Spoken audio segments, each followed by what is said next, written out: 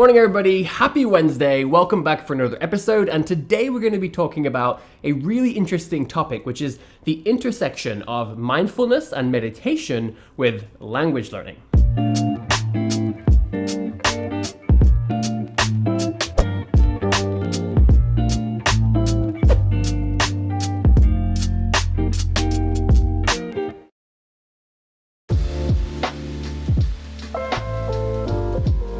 Now, I definitely don't consider myself an expert in mindfulness or meditation or yoga. These are just things that I have been practicing for a few years. They're things that are important and impactful in my life. As you all will know, language learning has been a huge part of my life for well over a decade now, and that's what I mostly discuss on this channel. And so what I want to do today is discuss this really cool intersection that I personally found just yesterday while I was meditating in the middle of the day. Because I do try my best to sort of bring new things and new ideas to the language learning community, and I love when I can find these really nice intersections between different things that I personally enjoy, especially things that are outside the realm of language learning. Then that really helps me to just get new insight into my daily language learning practice.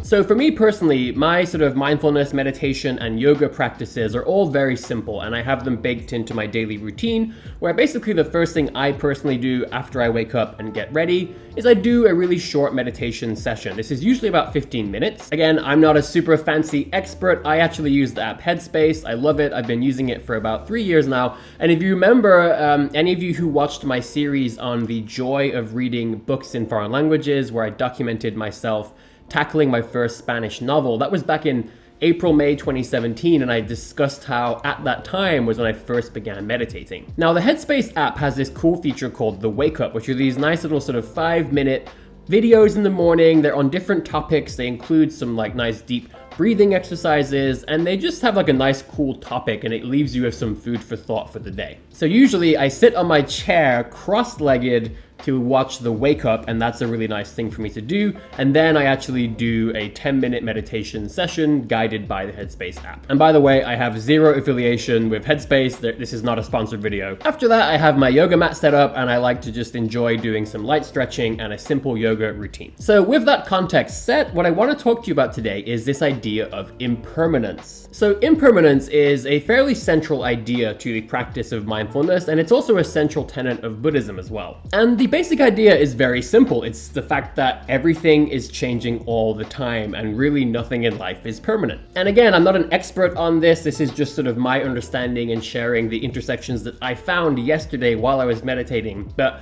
the idea here is that accepting this simple fact that everything is changing, nothing's going to stay the same, it helps us to be more present in life, it helps us to be happier, helps us to be a little easier on ourselves if we experience changes that maybe we didn't really want. And I think for most people, it's not that they are consciously and overtly against this idea of impermanence or that they don't believe in it. The key here is mostly about the awareness of this simple fact, and like I said, kind of embracing it. And for a lot of people, it's this fact of impermanence in life that causes them a lot of anxiety, even if they're not necessarily able to directly identify it. So I was thinking about this yesterday during my meditation session because the topic was this idea of impermanence, and I was trying to reflect on where in my own life this is most important. And I think that the language learning context couldn't be a more perfect fit for this idea of developing self-awareness of the fact of impermanence in language learning, and also, more than anything,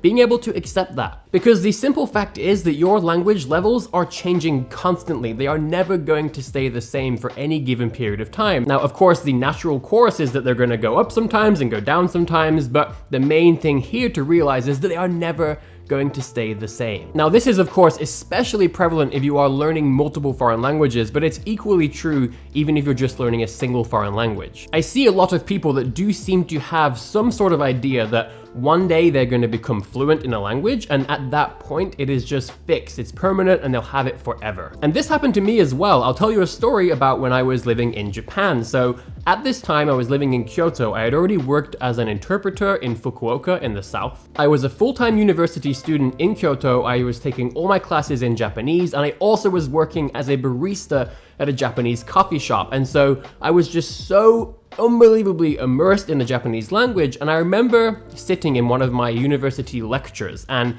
as the teacher was speaking, I understood every single word. Not a single detail was not sort of coming into my brain and being understood. And I remember thinking to myself, I'm never gonna forget Japanese. I'm never gonna forget this language. It's so deeply cemented into my memory and who I am today. There's no way that I'll forget this. Well, the funny thing is, I left Japan in quite a tragic way, and I actually had to leave 7 months early due to lots of financial difficulties, and I ended up going back to the US for my last semester of college, where I was homeless again. I literally finished my graduation thesis paper in the back of a broken down car that somebody had managed to tow into a parking lot so I could at least sleep inside of a space. Now, at this time, I had also really fallen in love with the French language, and so to be honest, I have to admit there was a certain amount of sort of bitterness and a lack of peace that I had with the Japanese language, and so I didn't actually speak Japanese for about 6 months. And I can tell you, I was